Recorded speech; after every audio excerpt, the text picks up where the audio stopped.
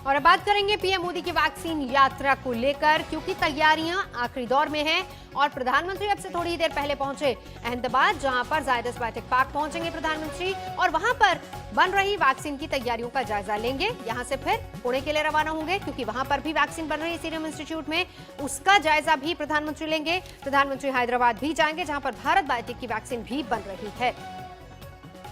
तो vaccine centre तक प्रधानमंत्री कोरोना वैक्सीन की तैयारियां कहां तक पहुंची, आज वैक्सीन की तैयारियों का जायजा लेना है प्रधानमंत्री नरेंद्र मोदी को, और इसीलिए प्रधानमंत्री अहमदाबाद, पुणे और हैदराबाद जा रहे हैं। तीनों जगहों का दौरा है आज प्रधानमंत्री मोदी का। बहुत अहम है दौरा इसलिए क्योंकि देशवासी इंतजार कर रहे हैं कोरोना की वैक्सीन का, कब आएगी, किस तरीके से लोगों तक ये वैक्सीन पहुंचेगी और कहां इसको स्टोर किया जाएगा, मैन्युफैक्चरिंग किस तरीके से होगी, डिस्ट्रीब्यूशन किस तरीके से होगा। ये सारे ऐसे पहलू, सारे ऐसे सवाल हैं और जिनका जायजा लेने के लिए खुद प्रधानमंत्री पहुंचे हैं अहमदाबाद इस वक्त, और फिर उसके बाद पुणे और हैदराबाद का भी दौरा है। गोपी इस वक्त हमारे साथ जुड़ चुके। गोपी, बहुत अहम है क्योंकि इस पैंडेमिक से पूरी दुनिया जूझ रही है। हिंदुस्तान में वैक्सीन का इंतजार हो रहा है। खबरें जो मिल पा रही वो ये कि 2021 की पहली तिमाही तक हो सकता है कि वैक्सीन उपलब्ध हो जाए, लेकिन इसको तैयार कैसे किया जाएगा, इसका रखरखाव, इसकी डिस्ट्रीब्यूशन, कितने की ये वैक्सीन मिलेगी, सारे ऐसे सवाल हैं जिनको खुद प्रधानमंत्री बारीकी से देख रहे हैं, इसलिए उम्मीदें बढ़ जाती हैं। बिल्कुल, उम्मीदें काफ़ी ज़्यादा है क्योंकि पूरा देश जहां कोरोना की इस महामारी में जूझ रहा है, हर जगह पे अगर गुजरात की ही बात की जाए तो हर रोज़ हज़ारों की तादाद में जो कोरोना संक्रमित है उनके नंबर्स सामने आ रहे हैं। वैसे में हर कोई चाह रहा है कि जल्द से जल्द कोरोना का वैक्सीन आ जाए, तो प्रधानमंत्री नरेंद्र मोदी यहाँ जायडस बायोटेक पार्क पर आ रहे हैं, जो कि जायडस जो कि कोरोना का वैक्सीन करीब मार्च महीने से डेवलप कर रही है। जब से कोविड ने दस्तक दी थी तभी उन्होंने अपना जो रिसर्च है वो शुरू कर दिया था। उसके बाद नवजोत आपको बताऊं कि जो जायडस का वैक्सीन है वो गुजरात बायोटेक इंस्टीट्यूट ने कोरोना का डीएनए बनाया था कि वो डीएनए किस श्रृंखला का है, जो डीएनए का एक पूरा रिसर्च किया था कि कोरोना वायरस किस तरीके से, करीब उसी वक्त पता चला था कि अलग अलग RN श्रेणी के अलग अलग कोरोना के जो डीएनए है वो पाए गए हैं मरीजों में। तो वैसे में उस पर कौन सा वैक्सीन इफेक्टिव रहेगा, उसी को लेकर जायडस ये वैक्सीन बना रही है। जायडस का ये वैक्सीन जो है उसका ह्यूमन ट्रायल है वो जुलाई महीने में ही शुरू हो चुका था। अब जो ह्यूमन ट्रायल है वो खत्म होने की कगार पर है और जो थर्ड फेज है वो शुरू होगा, क्योंकि 80% तक इसमें सफलता मिली थी। और अब प्रधानमंत्री यहाँ पे आ रहे हैं। जो जायडस है, जायडस किस तरीके से, किस लेवल पे इसका मैन्युफैक्चरिंग होगा, क्योंकि कहीं ना कहीं जो देश है 125 करोड़ से ज्यादा लोगों का ये देश है, वैसे में हर किसी को किस तरीके से ये वैक्सीन दी जाए, प्री वैक्सीन होगी, पोस्ट वैक्सीन होगी, कई सारे सवाल है लोगों के जहन में।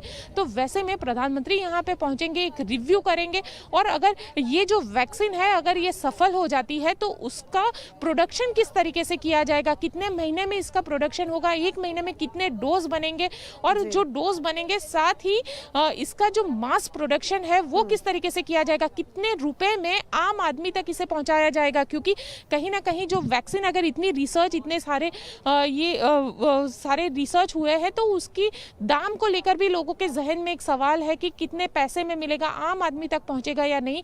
ये सारी चीजों का रिव्यू किया जाएगा। प्रधानमंत्री यहाँ पे पहुंचेंगे, साथ ही उसका जो स्टोरेज है, यहाँ तक कि उसको छोटे से छोटे गांव के जो प्राथमिक आरोग्य केंद्र है वहां तक किस तरीके से डिस्ट्रीब्यूट करना, ये एक पूरी जो चेन है उसका भी बहुत महत्व रहेगा। क्योंकि वैक्सीन तो आ जाएगा, अगर डिस्ट्रीब्यूशन ठीक से नहीं होगा तो हर एक आदमी तक ये वैक्सीन नहीं पहुंच पाएगा। तो प्रधानमंत्री अगर सही तरीके से नहीं होगा तो फिर बीमारी पर उस तरीके से काबू नहीं पाया जाएगा। प्रधानमंत्री खुद पहुंच रहे हैं अहमदाबाद, क्योंकि तैयारियों की समीक्षा भी लेंगे।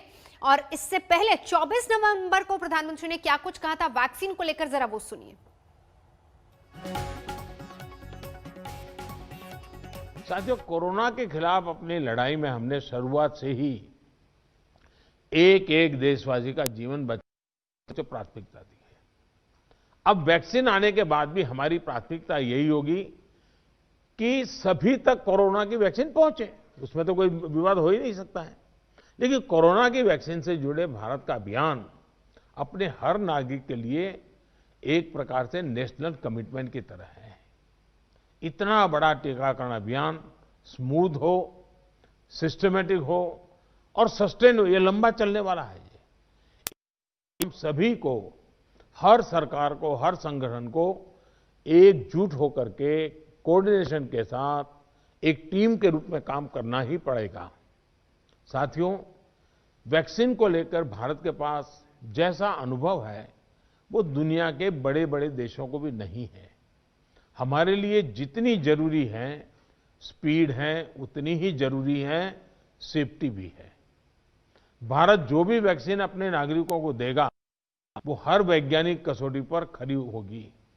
जहां तक वैक्सीन के डिस्ट्रीब्यूशन की बात है तो उसकी तैयारी भी आप सभी राज्यों के साथ मिलकर के की जा सके रही है। वैक्सीन प्राथमिकता के आधार पर किससे लगाई जाएगी, ये राज्यों के साथ मिलकर के ये मोटा मोटा खाका भी आपके सामने रखा है कि भाई अगर इस प्रकार से WHO ने जो कहा है हम चलते हैं तो अच्छा है, लेकिन फिर भी ये निर्णय तो हम सब मिलकर के ही करेंगे। नेशनल कमिटमेंट, कोविड की वैक्सीन एक नेशनल कमिटमेंट के तौर पर प्रधानमंत्री ने इसका जिक्र किया और उसी कमिटमेंट को निभाने के लिए खुद आज प्रधानमंत्री पहुंच रहे हैं। रुकेंगे एक ब्रेक के लिए, देखते रहिए आज तक। नमस्कार, मैं हूं अंजना ओम कश्यप। हमें उम्मीद है ये वीडियो आपको पसंद आया होगा। लेटेस्ट खबरों के लिए यूं ही देखते रहिए आज तक और इस वीडियो के पसंद आने पर लाइक, शेयर एंड सब्सक्राइब करना ना भूलें।